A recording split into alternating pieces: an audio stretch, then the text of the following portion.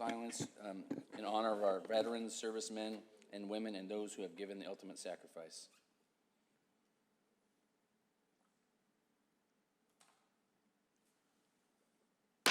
Clerk will call the roll. Councilor Clone Hayes. Councilor Condon. Councilor Crowe. Councilor Linehan. Councilor McDonald. Councilor O'Malley. Councilor Sika. Councilor Simonelli. Councilor Spatafora. Councilor Taylor. Council President Winslow. Here. Okay, All full right. house. Good. No, okay. So do we have any public comment? So public comment is allowed under our rules. Each speaker is limited to the subject matter relevant to the evening's agenda and must keep their comments to 2 minutes or less. Clerk, do you have anybody signed up for public comment? I don't believe that anybody signed up this evening. Okay, we don't believe anybody signed up tonight, so we will go on to the next thing, the consent agenda. Sir, the announcement about the executive session minutes before. Okay, sure. The city clerk is going to make an announcement, and then we'll go on to the council. I just wanted to read the statement into the record for the purpose of fulfilling Let me the record. turn on. Okay, you're on, so good. During the executive session of July 24th, 2024, a motion was made by Councilor Sika, seconded by Councilor O'Malley, to release minutes from the executive sessions as stated in paper 308-24. As it was determined, the executive session purpose no longer warrants confidentiality, and that one or more of the exemptions under public records law no longer applies to the minutes. The motion carried by the following vote: yea, Cologne Hayes, Condon, Crowe, Linehan, O'Malley, Sika, Taylor, Winslow. Nay, none. Absent, McDonald, Simonelli, Spatafora. The released minutes are now attached to the history of paper 308-24. Great. So, all right, thank you for everybody who came in July, and make sure we took care of that business. All right, the consent agenda. This evening's consent agenda consists of meeting minutes to be approved from 3 meetings, 22 petitions to be referred to license, 3 papers being referred to ordinance and/or finance, and 2 communications to be placed on file. Have councilors had the opportunity to review the consent agenda? All right. Does any councilor have a desire to remove any of these items from the consent agenda for the purpose of further discussion? So good. All right. Oh, Councilor Sika, you have something? Great. Let me turn you on there. All right. Councilor Sika. Hi, thank you.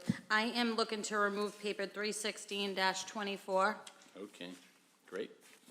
All right, so we will take that out of order. All right, any other comments or concerns? All right, I mean, actually, I know there is just one paper related to, there's some reappointments here. I had a question about the Historical Commission reappointments. We did look at our ordinances. That actually, we don't actually appoint people to the Historical Commission or actually approve those, so those are going through. I might ask John Tramadozzi just to come in for personnel when we have a meeting, but it would not be related to the appointment or anything like that. But otherwise, I just want to hit that note. We actually did bring in John King, I think, so that is something in the future. Historical Commission members are not subject to our reappointment. So, all right. So, Clerk, should we go ahead and move ahead with that, the paper we've taken off the consent agenda for So you Council might Seaton? want to take a motion to approve the consent agenda first. Okay, and we'll okay, circle back great. to 316. All right, so with that change, I'll make the motion. so Councilor Sika makes a motion to approve the consent agenda with the one withdrawn paper. Councilor Colin Hayes, second to that. All those in favor say aye. Aye.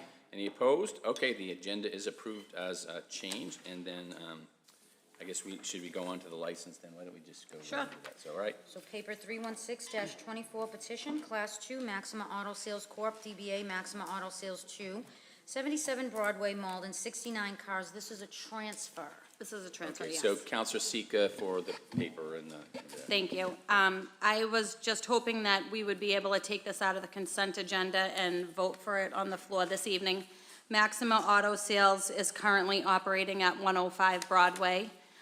They've been in the city of Malden longer than I've been a city councilor. They originally started in Councilor Crowswood on Charles Street, and they are currently operating at 105 Broadway, and they are purchasing this business. I think it was Dale One. before this, and they're purchasing it for a second location, so 77 Broadway and 105 will be Maxima.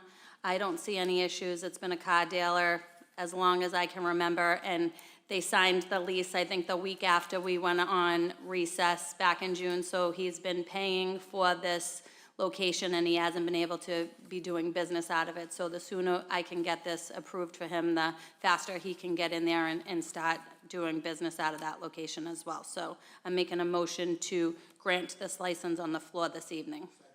All right, any further discussion on that? So on Councilor Sika's motion to approve this license without referring to committee, seconded by Councilor Simonelli.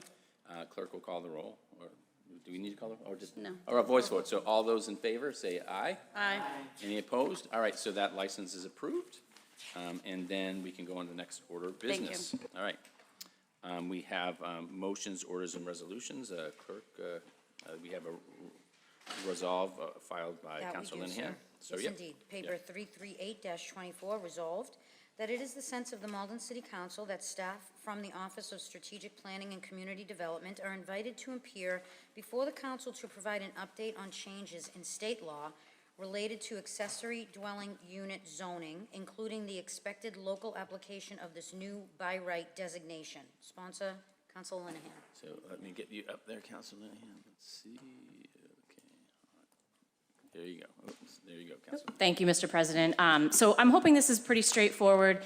What I'm hoping to do here is just have OSPCD staff come in and explain to us some of the changes that Malden's likely to need to make after the state budget passed this year. So the housing bond bill, which has been called the Affordable Homes Act, included a provision that effectively makes accessory dwelling units, sometimes are also called in-law apartments, basically makes them allowable by right in single-family zoning across the state. And so any city or town like Malden that doesn't have an ordinance for or against them on the books is going to need to do certain things to make their zoning compliant. And I just would love to hear from OSPCD about what we need to do. This essentially goes into effect in February, but we do have 6 months to make any ordinance changes that we want to do. So for example, the law doesn't allow us, obviously, to ban them. We can't force owner occupancy. We can't restrict parking within a half mile of transit. How they define transit is a little fuzzy, things like that. So the state is going to be issuing guidelines. I know OSPCD staff are hard at work figuring out what it is that Malden needs to do, but I'd just love to get them in sooner than later. Anytime state law is going to supersede our zoning and there's things that we're going to need to think about, you know, related to dimensional controls or anything else like that, I'd love to just hear from them early on, since it is kind of a tight turnaround for when we need to be in compliance. So that's my hope in filing this, is just that the sense of the council would like to hear from them and be kind of proactive on this. All right. Thanks, Councilor Linehan. Councilor Crowe. Thank you. I was actually a little surprised to see this on the agenda at this juncture, really because on August 27th, we got a letter from the mayor, and he was already looking at this and really wanted to put together the team. And of course, OSPCD is important, but the city planner, the director of parking who does strategic planning, and the building commissioner who's going to really have to enforce some of these, you know, zoning changes. So, and we did have the 6 months, and I understand that we have to make the change in between 6 months. So I would be for this if we make an amendment when they're ready as a team to sort of look at this and how they can present, but to make sure that we include the city planner, the director or the staff from OSPCD, the parking director, and the building commissioner. So, because I do think, you know, having some conversations just on the side, like you said, things are fuzzy right now, and that we've seen that a lot. So before, Yeah. when the state sends out something, it's fuzzy, we got to clarify it, we look at it. So I think it's a little premature to actually have somebody kind of come in and, until they're ready to present and can kind of what we need, how we need to move forward. Yeah, and my understanding is that OSPCD is ready. I would have not done this without talking to them, and I filed it before the mayor's communication, which I was thrilled to see, because I think anybody that's paying attention to the budget, you know, this has been in the works for most of the year. And like I said, February is kind of the timeline that we need to have start to take action on it. So my feeling is that that's going to be here before we know it, but I'm totally open to a friendly amendment to include all of those folks who it was my understanding would have been included by OSPCD already, but have no issues making that super explicit so we don't feel like anyone's excluded. Okay. All right, so we have, so we'll make a note of that amendment, and then, but I know Councilor Spatafora, your lights? No, I just want to, I echo, I think, Council Crow's point of view in that position. I also want to be very clear that I've been reading up on this, and actually there was an article in the Berkshire newspaper last week. It is not for single-family homes. That is the law right now. It is actually any residence can add. Correct. So it's not just single-family homes. So if you have It's single-family zoning districts. But we don't have single-family zoning districts. Well, That's the- in them, we have a lot of uses, I think, but you're making an important point. Anything in that zone. Correct. So if you have a regardless. four-family, you can have a fifth. You have a five-family, you can add a sixth. So very distinct than just single families. The other piece of the pie is there's nowhere in that law that says affordable. So I love the way the state puts this affordability high mark and then does it mandate it, just like the MBTA. And if you look to the western part of the state, the Berkshires right now, they're actually going to probably file a lawsuit. So I think the more time we have with the entire staff, we should use that time to our advantage. Because I will be honest with you, I'm very concerned if we're going to add 5 families to add 6 families, because I don't think anybody in this room is going to tell me that a 5-family adding an ADU is going to be for their grandmother or their aunt. It's going to be for high rent. And we're going to sit here and pretend that that's not going to affect our school district. Yeah, we're going to get some taxes out of it. We're not going to have parking requirements, and then we're going to play the environmental card out. We have to have less people in density. This is a problem for this city and for a lot of communities, and we have to do it. There's no doubt about it. I think we have to do it in a responsible manner that in a single family that has the ability, I think it makes sense. But when you have a 5-family and they're going to add a 6 unit, that's a business, and I have a challenge with that, and I just don't want to be jumping into this zoning because the state comes in and tells us what we need to do under the earmark of affordability when it's not mentioned in there. Just like the MBTA zoning, it's a cluster. It's a cluster. And that's why cities are realizing that it's probably an infraction on local zoning. Because at this point, what's the purpose of us having a zoning board, a zoning aficionado, or anybody when the state's going to come in and tell us how to run our community? I'm just a little upset because you want to call it affordability? Let's call it affordability. State doesn't call it affordable. And what I have a challenge with in this city is do we not have enough housing or enough affordability? Because they're very distinct. And there's a study that's actually just been done by the MIT that shows that even cities within the urban area of the city of Boston that have affordability components, and I'm not knocking them, has not worked. And if anything, if I own a single family in the city of Malden right now and I can add a 2-family legally, guess what that just did to the houses in the city of Malden? It raised the price. It actually had the inverse effect of making it affordable. It actually made everybody's house here more valuable, which is great for us. So I support Councilor Crow's initiative, and I look forward to this discussion. Comment? Let's see, Councilor Simonelli, you were next up. Thank you, Mr. President. Well, it sounds to me that obviously it would be very advantageous of us to maybe get all the people together that we're talking about, all the powers to be to get everybody to sit down. We got until February.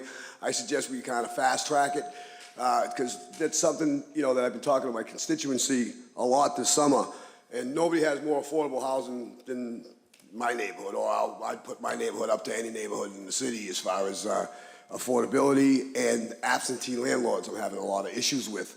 I got a lot of 3, 4-decker, 5-decker houses, particularly in the Holyoke section. I've been down there, and we definitely got to start doing something about these absentee landlords. I mean, they're making money, whether it's equity or whether it's cash at the end of the month. It's still an investment piece of property, and I've got 5, 6 families living in one unit, no parking. The house is. We don't have enough people at the Board of Health to go over the issues that I'm having in some of the areas of my district. And we're, currently building more affordable units in my district, affordable home ownership we're looking into. So there's a lot going on. And I think that from what I hear from everybody, I think it would be advantageous for us to actually slow it down. We got till February, but let's get these people on a fast track in front of us so we can see what we can do, what we can't do, what's by right, what we have some flexibility on, because this is a serious issue. In my neighborhood particularly, it really is, because I have a highly densely populated community. I still want to develop good, affordable whatever affordable is these days, units, and some high-end units too. I think you need a mixture of both to make it a really harmonious neighborhood. So I think that we should slow it down, but I think we should fast-track those people. So I agree with all you guys, so I'm in. Thank you. All right. So Councilor Coleman Hayes? Thank you. So when I saw this on the agenda, I did reach out to you just to get some clarification. It sounds like from what I'm hearing tonight, we definitely need to have some information and have someone come before us so that the public can get a better understanding. And I know you've done your homework, and if everybody comes here and you've already decided and been working with the Office of OSPCD, I think that we should move along because February will be here before we know it. So I'm up for adding that amendment or whatever it is that you want to do, but I trust that I'm behind you for whatever you think is best. Thank you. Councilor Sika? Oh, thank you. Councilor O'Malley had his light before me, if he doesn't mind. You going had first. come up, I don't know. Okay, yeah, no, I saw his and then Okay, yeah, did no, mine, so I just don't want to cut no, in front of yours came anybody, up but I, too, echo Councilor Crow's amendment. I think that that is something that we need to do, and I also was a little shocked that this was on the agenda this evening after getting the email from the mayor on August 27th. And it's been just a little bit over 10 days, and he seems to be on top of it.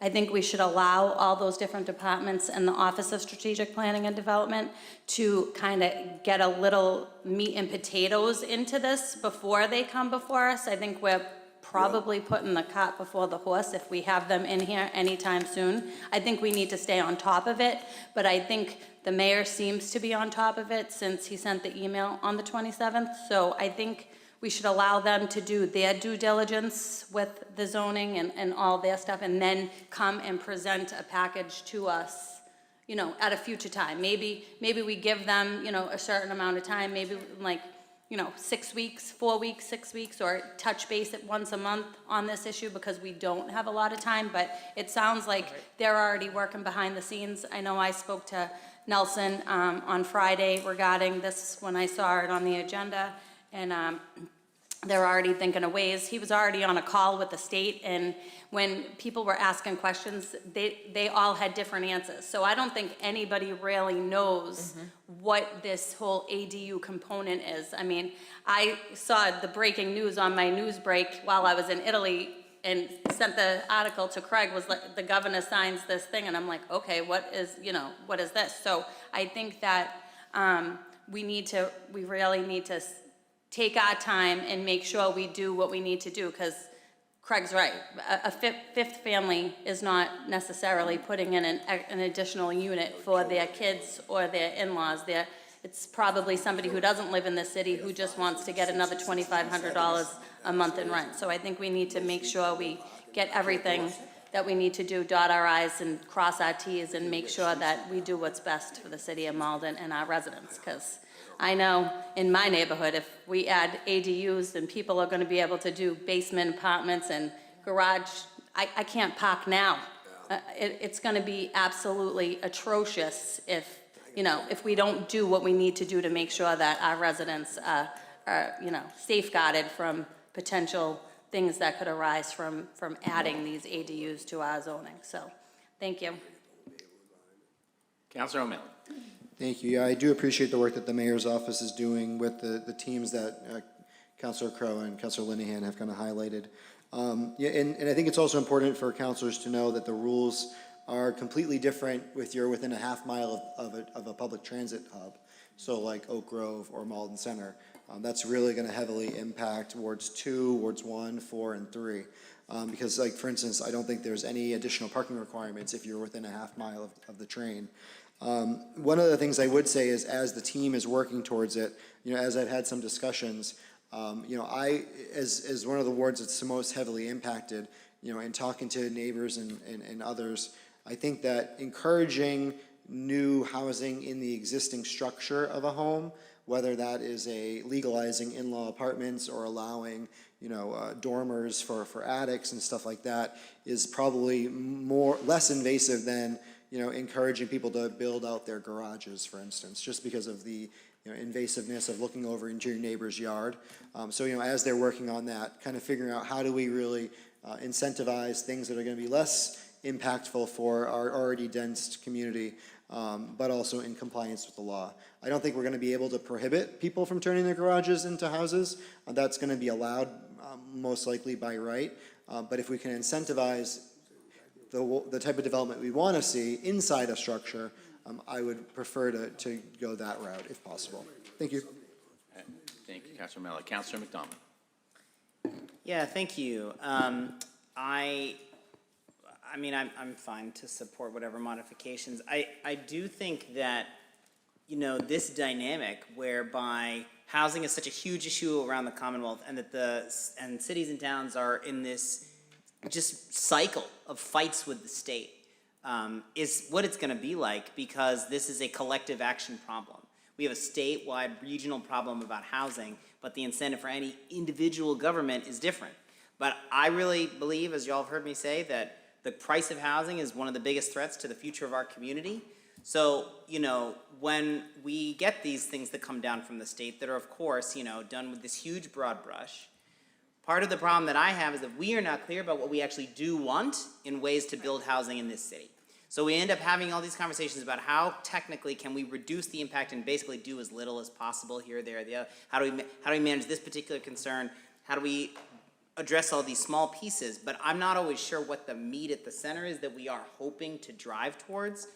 So maybe this is an opportunity to think through that a little bit and try to say, like, in other states and other places where ADUs have started to be permitted more generally, that's been a success. It hasn't changed overnight, the housing stock. It hasn't changed affordability, but it helps people who own their homes be able to afford staying in it a little bit longer. It can absolutely help with in-law situations. I agree, if you've got a 6-unit building, adding a 7, I don't even know how you would do that, but nonetheless.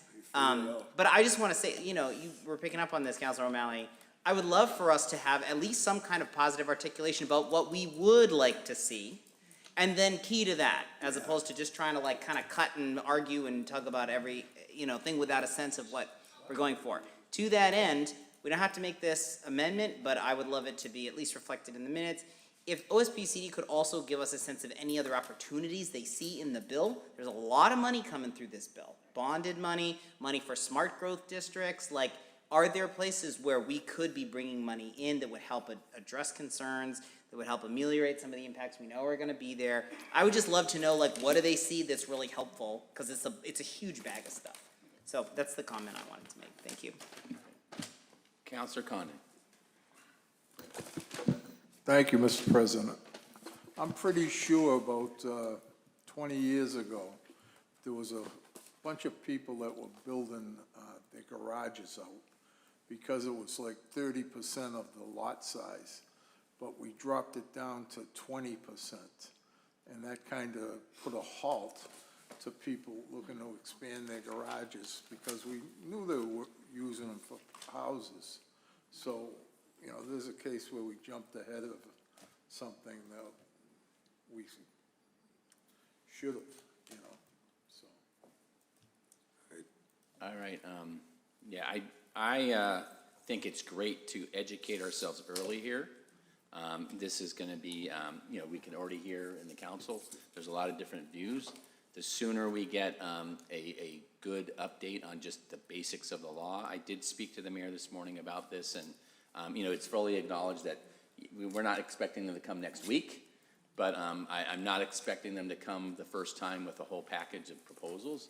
I think it's good as a council. This is ultimately we vote on it, and it comes to us, so we should be proactive in educating ourselves, and so we can be intelligent as we're talking to each other and to our constituents about, as Councilor McDonald said, what we want out of this. So that's my sense. So I think the first thing we want to do is on Councilor Crow's motion, seconded by Councilor O'Malley, to add the city planner, building commissioner, parking director to this request. Let's all those in favor of that amendment say aye. Aye. All those opposed? All right, so that the resolution is amended. And then is any further discussion? Should we just, let's see, just go ahead and vote? I just wanted to add one other thing. Okay, so. I don't think this came up, but I wanted to just make sure to underscore the point that we are allowed to keep our short-term rental regulations. I'm surprised nobody mentioned that, but that's sort of one of the biggest questions I'm getting from residents. I'm actually getting a lot of calls from people who are paying attention and are like very excited and want to turn their garage or basement into a legal ADU. I recognize Ward 3 is different, you know, with different architecture, different concerns. That's why we all have representation up here. But I am finding that residents are deeply aware of it and just want to know, like, when the city is gonna have more information. I've been answering those, like, you've gotta give us time. Even people at the state don't know yet. And that, you know, I don't want us to be in the boat we were with the MBTA communities where it felt like we were working on this compressed time frame. And so my hope is just to get us being proactive and starting to talk about it as early as possible. Obviously, I would look to OSPCD and these other department heads for the right timeline, but I appreciate the conversation and just wanted to underline that point because I do think, you know, the Airbnb question, that's not gonna be part of this at all. We're allowed to keep that regulation. All right, with that, on Counselor, I would actually, one thing I would like to be added as a co-sponsor. I know when I talked to Counselor Linehan, I should have made sure that, but I would like to be added as a co-sponsor. All those in favor of the resolution, say aye. Aye. Any opposed? All right, so the resolution passes, and we'll work with the mayor's staff and our departments to come up with a fair time frame and that type of thing. And as this will be on the agenda with the mayor and I as we, we meet each week. So yeah, we will make sure we get a fair update soon enough. All right, next thing, we have communication from the planning board on Rowe's Quarry Reclamation. So, Paper 339-24, communication from Planning Board regarding CCP number 286-24, Rowe's Quarry Reclamation and Redevelopment District. okay, does Councilor Seeker, do you want to, should I have Michelle Romero speak first here, or do you, Councilor Seeker, you want to speak? Okay, so first thing, all right, we got to do is, let's vote to, on Councilor Seeker's motion to receive the communication and place the communication on file, seconded by Councilor Condon. All those in favor say aye. Aye. Any opposed? All right, so the paper is received and placed on file, and then the next order of business is to go ahead. Councilor Seeker, let me get here. Councilor Seeker for the paper, so do you want to read that? Thank you, Council President. No, I'm going to be brief because my hope is that we refer this paper back to the Ordinance Committee. For the past 6 months or so, the mayor, his team, and myself, along with Wind Development and the Office of Strategic Planning and Development, have been meeting diligently with everyone to discuss how we're going to move forward with this. Over the summer, back in July, we had a joint planning and ordinance committee meeting regarding the rezoning of the final phase of the Overlook Ridge project. We've come to a bunch of, different decisions, but now that the planning board has voted and has recommendations, I think that it would be in our best interest to send it back to the ordinance committee so we can discuss the recommendations of the planning board before we actually take a final vote on this paper. It's exciting. I would be willing, I would be ready to vote on it tonight, but I think that just to make sure that we're all on the same page before we do it, there's no need to rush at this point. But if we can get it passed within the next couple of weeks, so Wing can start trying to get the grants and the funding for this project to move forward, would be great. So I make a motion to refer this paper to the Ordinance Committee. Councilor O'Malley, second, did you want to speak? Yeah, I'll second. I also had a question. What is the date of final action that we have to? I think it was July 5th. Was it around July 15th, Michelle? Final action is October 22nd. Oh, perfect, yeah. So report out by October. Yeah. Okay, perfect. I'm Thank you. hoping we can do this by the end of September, to be honest. Yeah. We're gonna have an ordinance committee meeting. I'm hoping next week. I talked to the clerk, and just so we can discuss the recommendations of the planning board and get it out. It's pretty clean cut. There's a few things we just need to discuss, and then hopefully we'll get it out for September 24th. Perfect. Thank Okay, you. thank you. Great. Yeah, and I know I have been speaking with the mayor and Councilor Seeker about this, and did attend the hearing in the summer. So we did that, and I guess the one concern overall is there are some grants out there that the project's hoping to take advantage of to maintain the affordability here, and if we stick to the schedule, it'll be on track for those grants that'll really make this project happen. But it's a big project, so I think it's good that we follow our normal process here, and if we don't have to expedite it for the grant or whatever. So, all right. So, any further discussion? So, on Council Sika's motion to refer this to Rules and Ordinances, seconded by Councilor O'Malley. All those in favor, say aye. Aye. Any opposed? Right. So that paper is referred to Rules and Ordinance, and we'll look forward to having Councilor Linehan lead that discussion hopefully next week. It looks like our docket is cleared unless we, any notes for personal privilege. All right, we have Councilor Simonelli up. Thank you, Mr. President. I just want to say thank you to all the volunteers last night at the Luau at Suffolk Manor. We had a great time. I know, I'm sorry about that. It was kind of last minute. Next time I'll get you. But we had a good, sorry. But we had a good time. It was kind of put together last minute. I like to do something for the seniors at the end of the summer. So we kind of switched it up. And everybody had a good time. A funny story, I'll tell you. We're going crazy. I was going crazy looking for the Lays. But, it's Halloween time, so all that stuff's put away. So I remembered that I had those Christmas light necklaces in the shed. No, it's almost over. In the shed. So we used those as Lays last night for the seniors. So they enjoyed it very much. They were lit up like Christmas trees, but we had a blast. So I just want to thank all the volunteers that come out for that, and I hope everybody enjoyed this summer. Thank you very much for your cooperation. All right. Councilor Coleman Hayes. Oh, thank you. So, yes, we're back. Welcome back, everybody. It was a busy summer. I just wanted to point out some things while we're on camera in case people missed the big announcement from the mayor's office and the office of OSPCD about the $3.5 million from the Gateway City Parks that was awarded to us to fill that gap for the Malden River project. So super excited about that. And yesterday I was at the Malden Friends of Malden River, where they were really excited about planning and getting moving on this project that is a reality now. So that was great. But big announcement, and I see that our president of the North Shore Hispanic Association is in the audience, Gladys Rivera Rogers. We are having the North Shore Hispanic Association's 7th annual Hispanic Heritage Month celebration. And this year it's going to be different. It's going to be in Maplewood Square. We're very excited about that. We have a lot of businesses in the square that have joined up, and we're going to have our parade that we usually do that leaves from 630 Salem Street.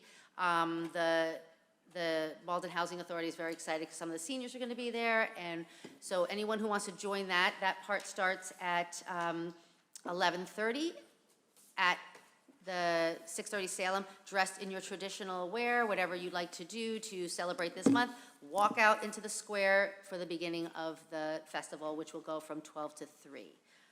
So I hope to see you all there, and that's about it. Thanks.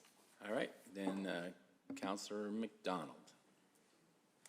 I wanted to give 2 updates. One is that we had our first meeting of our new Police Community Advisory Council in August, and I think it was a great meeting, and we've got our next one coming up next week. So they are public meetings, but mostly the group is getting itself organized, meeting with the police chief, and I think there will be more directed kind of public forums and invitations to the community in the future, but they are just getting started. So I just want to let folks know that that group is up and running. And I wanted to let folks in the community who are watching right now know that next week we're going to be having our staff from Strategic Planning and Community Development come in to talk about our new climate action plan. I hope that's still on the agenda, Steve. That's the plan. Excellent. Carolyn and I spoke about that today. Excellent. So the plan, which has been 18 months in process, is finished, and they're gonna come in and present the plan to us. Plenty of time for questions and answers. We'll publish it online to make sure that folks can follow along at home.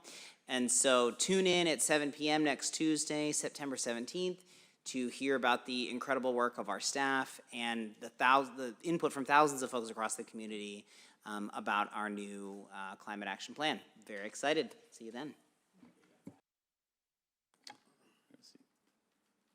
Councilor Sika. Thank you. A couple of save the dates coming up. So on Sunday, October 6th, from 11 to 2, we are bringing back our annual Public Safety Day at Linden Park. We will not be quick to jump to cancel this year, as last year it ended up being beautiful. So we will hold out till the end. Hopefully it'll be a gorgeous day. It'll be at Linden Park for Public Safety Day with the police and fire from 11 to 2.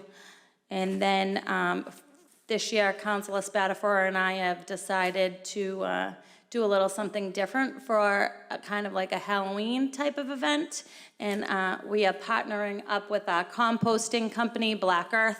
And on Saturday, November 2nd, a few days after Halloween, we are having a pumpkin smash at Linden Park. So everybody, people are probably wondering what a pumpkin smash is, because I really didn't know about it till I started doing a little investigating. And it is actually an effort for us to keep pumpkins out of our landfills. So Black Earth, from what I've been told, will come with some sort of a truck, so you can bring your kids to bring their pumpkins when Halloween's over and smash them into the back of this truck.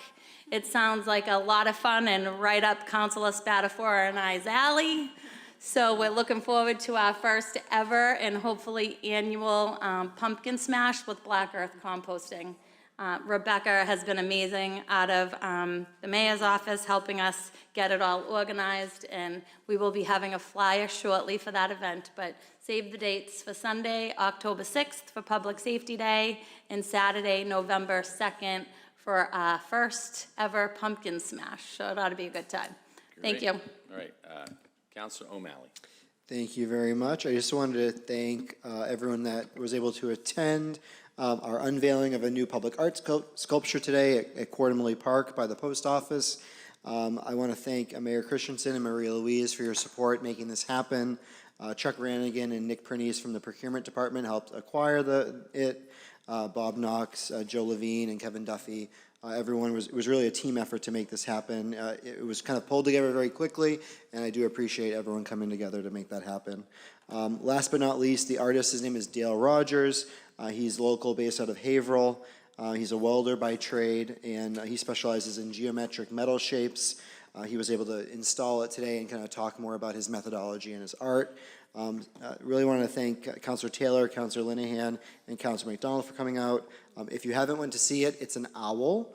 Go check it out. The plan is to have a little description made in metal, maybe defining or saying owl in different languages, so people can kind of really engage with it. As I was out there, people from so many different cultures came up and were asking about the sculpture, and I was asking, how do you say this bird in your language? And it was really just kind of inspiring. So thank you all for coming, and hopefully we can bring more art to our community. Thank you. Councilor Crowe. Thank you, Mr. President. And so we will be hosting the annual trunk or treat on the bike path on Canal Street on October 26th. Well, I figured I gotta get it in. Yes, the October 26th, tentatively the time's like 3 to 5. I just gotta see what else is going on. I do know that Council Seeger already has her plan in place of what she is going to do for her trunk. So if any councilors are interested in putting a trunk in, I welcome it. So we do have a great time. I always say, you know, it's a safe environment. They just walk down the bike path and we have a really good time. So I appreciate, but bring lots and lots of candy because lots and lots of kids come. October 26th, Saturday. Did you go last year? That was a good time. So Councilor Simonelli, yeah. Yes, I just a point of information, Mr. President. I got a chance to speak with former school committee Gladys Ferreira Rogers. She had mentioned that, she don't know if you mentioned the time for the Hispanic Heritage Celebration, I mean the date for the Hispanic Heritage, which is September 21st, correct? Yes. And Mr. President, they just wanted to let you know that they appreciate you opening up Maplewood Square for them. Yeah, I appreciate it. It's, you know, it's one of the things, the Maplewood Square, future Maplewood Square Committee, we talked about having events.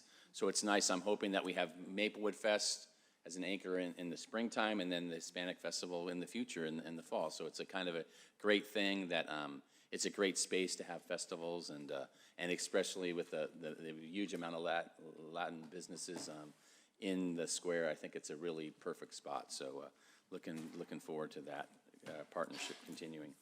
All right, let's see, Councilor Colin Hayes. All right. So, yes, the time, the date, September 21st, 12 to 3:30, 11:30 at 630 Salem.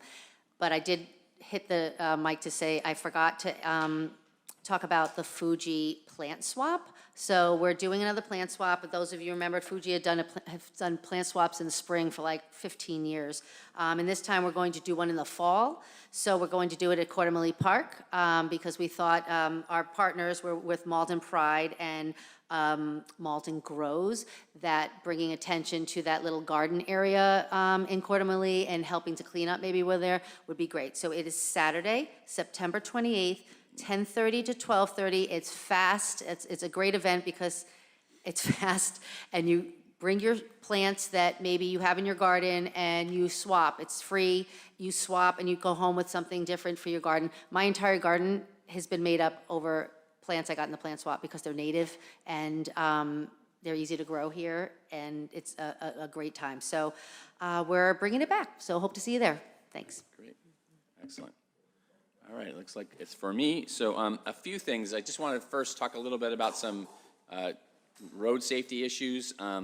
We had a great turnout up at the Moose Lodge in Ward 6 to talk about particularly focused on some safety issues we're having on the roads up in Maplewood Highlands. I see Kathy LeBlanc's here, so thanks for coming out. We had almost 60 people there, very focused. I'm working on a few things to bring to the Traffic Commission next week, but we have a whole long list that I'm dedicating some mitigation money to help improve and safety in Ward 6. So thank you to all the residents who came out, had ideas, and we're going to be working on that as we go forward. The other thing is I did hear from one of my constituents who has kids at the Linden School.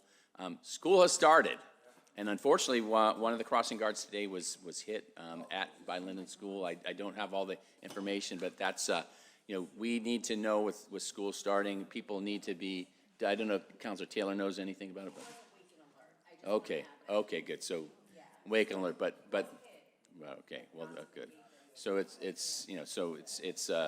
it's still a horrible situation. We ask that all motorists be respectful and drive safely out there. And the other thing, if you are interested in being a crossing guard, we are continuing to look for one. Right now yeah, I know. It's what a way to bring your body armor and come out. But we need more. We're having a challenge at Salem and Broadway right now. It's important. We talk about safety, but crossing guards is essential there. So it's a hard segue, but we need the crossing guards. I really appreciate greatly, and that people. Yeah, good. So, okay. Yeah. Okay. Okay, and then I go. Well, it's funny that this has actually happened because yesterday morning, Maria Luis, Chief Cronin, Yem, and myself met a few blocks down at the corner of Beach and Salem because we've been getting some complaints from the crossing guard about the safety of the students crossing. And the good thing is last year we repaved Salem Street, but the bad news is we repaved Salem Street. Right. So this is what happens, everyone wants all these roads to be newly, freshly paved, and then people think that they can go 40, 50, 60 miles an hour down them. I'm actually working with Evan Tuxbury at the moment because we're getting ready to pave Lynn Street in the next 12 months, and a fear of mine is as soon as that gets a fresh coat of asphalt, it's going to turn into the New Hampshire dragway. People need to understand, we're working, I've gotten so many complaints about Salem Street and the speeding and what can we do and let's put a speed bump. The speed bumps are not necessarily, we could put a speed bump on every single street in this city once we repave these streets. I think we need to find, different solutions and come up with other, different traffic calming measures for these types of areas, because Salem Street, as soon as they were stopping for us at Beach, but the crossing guard said they roll right through at that stop sign coming down from Kennedy Drive, and they're not even looking to the left. Some of them, Maria and I watched, They're not even looking to the left to see who's coming from Beach Street. They're just rolling to the right down Salem. So we are working on it. You know, I understand people are frustrated, and I can't believe that a day after we met to try to discuss some issues that we could do on Salem Street, that actually happened. I had no idea about it till you just told me about 30 minutes ago. Nobody informed me of that happening this morning or this afternoon, whenever it did. But I will reach out to the school or Kathy Hannon and make sure that crossing guard is okay. I know that we've had a crossing guard at Salem and Broadway hit before, so that stretch of road, for some reason, you know, people just think that they can fly down it and they can't. So we are working on solutions to possibly get people to slow down, but I think no matter what, even if we were sitting in the passenger seat right next to them, they're still gonna do what they wanna do, unfortunately. So we just gotta, you know, figure it out and try to, I don't know.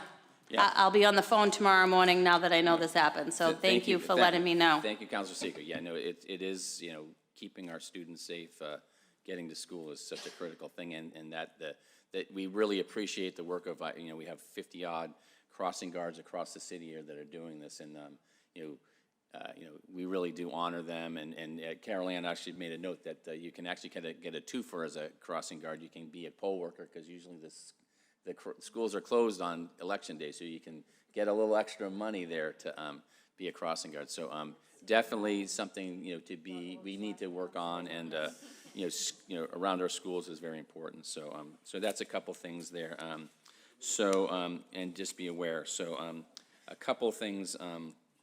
So we have this coming Saturday at 10 o'clock at the Bike Kitchen. Chinese Cultural Connection and Bike to the Sea are having their annual Harvest Moon Ride. So that's a great way to, you know, come out, enjoy some cycling. The weather's great. It's going to be great on the, great on the 21st. It looks like it was well for the Hispanic Fest. So come out, enjoy the nice weather for a bike ride, get some moon cakes, and just enjoy the day that way. In Maplewood, the Maplewood Association is working on Halloween at Salemwood again on October 27th around noon, so that's something that's happening there. And then all right, so then one other thing, I have a little bit of how I spent my summer vacation. So the great thing, I had a trip to Europe, and I extended a little bit to bop over to Malden, England, where I had the honor of meeting, they have a county president, and so I met with their county district president, Kevin Langen, and he took me around a tour of Malden, and then I met with they have a town of Malden, so I met with the mayor, and he took me a tour, and so a few things, they actually, and I'll actually be at the Malden Library. I have a few things I just wanted to make sure we have on the record that we received some gifts as part of that. The mayor, I actually, with the library, I took some 375th wine glasses to bring to them. I was down Gallery 57. There was a nice print of our new city hall that I passed along, and just a few things from us, and some pens and some mugs. But one of the neat things about Malden, England is George Washington's great-great-grandfather was the reverend of the church there, the All Saints Church. And so about 100 years ago, the citizens of Malden donated a stained glass window at that church in honor of George Washington and his family. So one of the things of my tour was to go see the stained glass window, which is nice. And lo and behold, the district president handed me a souvenir program from the unveiling day. So, and I showed this to the mayor today, Ron Hogan pointed, there's actually some pictures from Malden from 100 years ago, our Malden. So it's just kind of, so that's something, I'm going to present this to the Historical Commission on October 10th. I'm going to do a presentation on it at the library, so just make that a note of that. You know, they gave me some, you know, brochures and stuff like that, and then, so I have that stuff I'm going to be passing on. If anybody, I'll pass this along. Just be careful. It's coming apart a little bit. And then the mayor of the town, afterwards, he sent along a nice print. That I gave them a print. This is their moot hall. That's their old town hall. So it's, that's their main, right on their main street. I got a little tour of that. It used to be a courthouse, jail, and as well as their town hall, so, doing middle, so that, my plan is I'm gonna work with the mayor. This was donated to both the council and the city council, so I'm gonna work with the mayor to see if we can have this put up outside the mayor and the council's office up on the 4th floor. And I'm actually going to, I'm working with the gallery to get a copy of the print that I gave to them, so they'll be side by side up in on the 4th floor. So that's just, you know, if anybody wants to take a look at this, I'll hand that down. But it was just a nice trip, and it was really just nice to make that connection. And, you know, it was, I think I was the first, you know, official quite there in a while, but other people had gone. So it is nice to keep those connections going. And I even got to dance to Norman Greenbaum at a pub with the mayor there as part of their vinyl night. So I put it Facebook Live. It's on Facebook Live. So so it was a nice time. So, but I will be on October 10th. I'll be doing a little presentation with at the library, and then presenting these things to the library and the historical commission. So just want to make sure that got on an official record. And if you get a chance to go to England, it was a nice time. So good. So yeah. Okay, let's see. Yeah, Councilor O'Malley. I want to thank Council President Winslow for that. That was really interesting. And on the front of that book, there's a seal of Malden, England, and it has 3 lions. Yep, that's So it explains where these lions come from. Yes, that our lions come from. Oh, yes. So Finally. so there's connections. Yes. So I was always like, why are there lions? that it is. Yeah.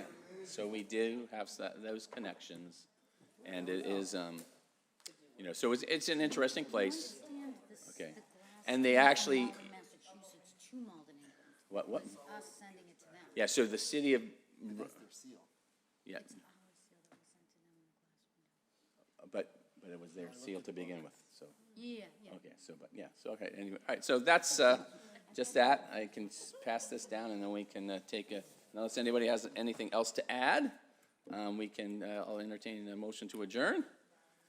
Councilor Linehan, seconded by Councilor O'Malley. All of those in favor say aye.